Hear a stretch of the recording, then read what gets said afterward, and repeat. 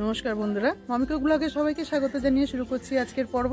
তো আজকে একটা কোথায় চলে এসেছি দেখো, আমার বাড়িতেই হয়েছে। আমাদের বাড়িতে কত কামরাঙা হয়েছে তোমরা জাস্ট দেখো, এত সুন্দর সুন্দর কামরাঙাগুলো হয়েছে। তাই আজকে কামরাঙা দিয়ে একটা রেসিপি হবে।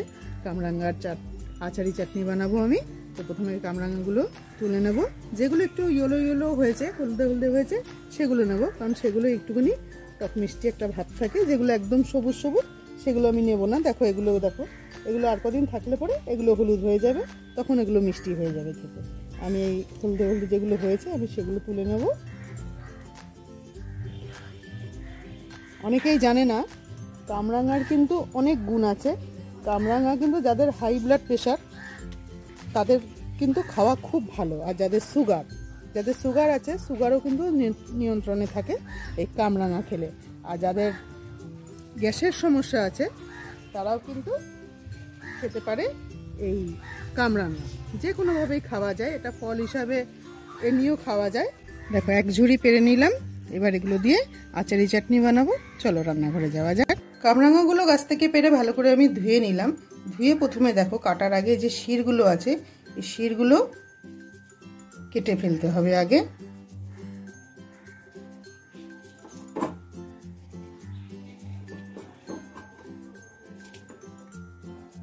এবার এটাকে আমি পাতলা পাতলা করে গোল গোল করেই কেটে নেব।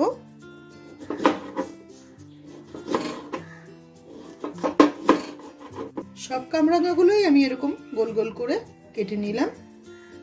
দেখেই কত ভালো লাগছে দেখো।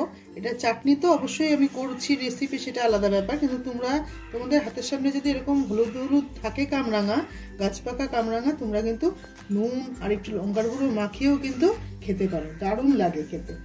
প্রথমে দেখো আমি একটা কড়াই বসিয়ে দিলাম। কড়াইয়ে আমি দিয়ে দেবো 3-4টে শুকনো লঙ্কা, কেটে কেটে দিয়ে দিলাম, তাড়াতাড়ি ভাজা হয়ে যাবে। আমি শুকনো খোলায় ভেজে নেব। আর একটু দিয়ে দিলাম পাঁচফোড়নটাও আমি একটু ভাজা ভাজা করে নেব। পাঁচফোড়ন ও শুকনো লঙ্কাটা আমি হালকা আঁচে ভালো করে ভেজে নিলাম। ভাজাটা আমাদের হয়ে গেছে, নামিয়ে নিলাম। এগুলো একটা গুঁড়ো করে নেব, একদমই পেস্ট করে নেব। এবার কড়াইয়ে দিয়ে দেবো সর্ষের তেল। তেলটা গরম হয়ে গেছে, এর মধ্যে দিয়ে দিলাম 2টো শুকনো লঙ্কা, আর ফোড়নে দিয়ে দেবো পাঁচফোড়ন। একটা তেজপাতাকে 2টো টুকরো করে দিয়ে দিলাম। ফোড়নটা আমাদের ভাজা ভাজা করা হয়ে গেছে। এবার কেটে রাখা কামরাঙাগুলো আমি এর মধ্যে দিয়ে দেবো। একটু ভাজা ভাজা করে নেবো প্রথমে।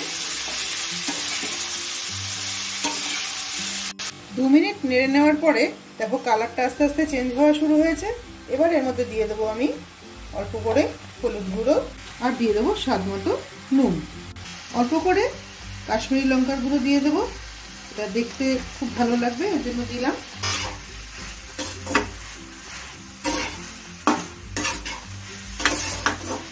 খুব নরম একটা ফল, খুব তাড়াতাড়ি সিদ্ধ হয়ে যায়।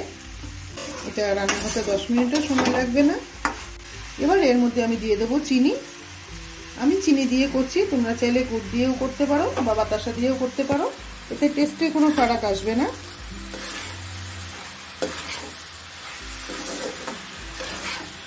মিষ্টিটা তোমরা যেমন খাও সেই অনুপাতে তোমরা দেবে।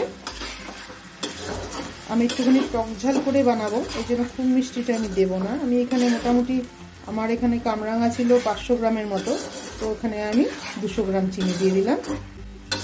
এক ফোঁটাও জল দিইনি, দেখো চিনিটা দিয়ে দেওয়ার পর জল ছাড়তে শুরু করে দিয়েছে। চাটনিটা আমাদের প্রায় হয়ে এসছে। এই সময় আমি দিয়ে দেবো 1 ইঞ্চি মতো আদা নিয়েছি। আদাটা আমি আমল দিস্তায় ভালো করে থেতো করে নেব। এবার থেতো করা আদাগুলো দিয়ে দিলাম আমি। আদাটা একটু লাস্টের দিকেই দেবে, তাহলে যখন মুখে পড়বে চাটনির সাথে খুব ভালো লাগবে ফ্লেভারটা। চাটনিটা আমাদের প্রায় একদমই হয়ে এসছে।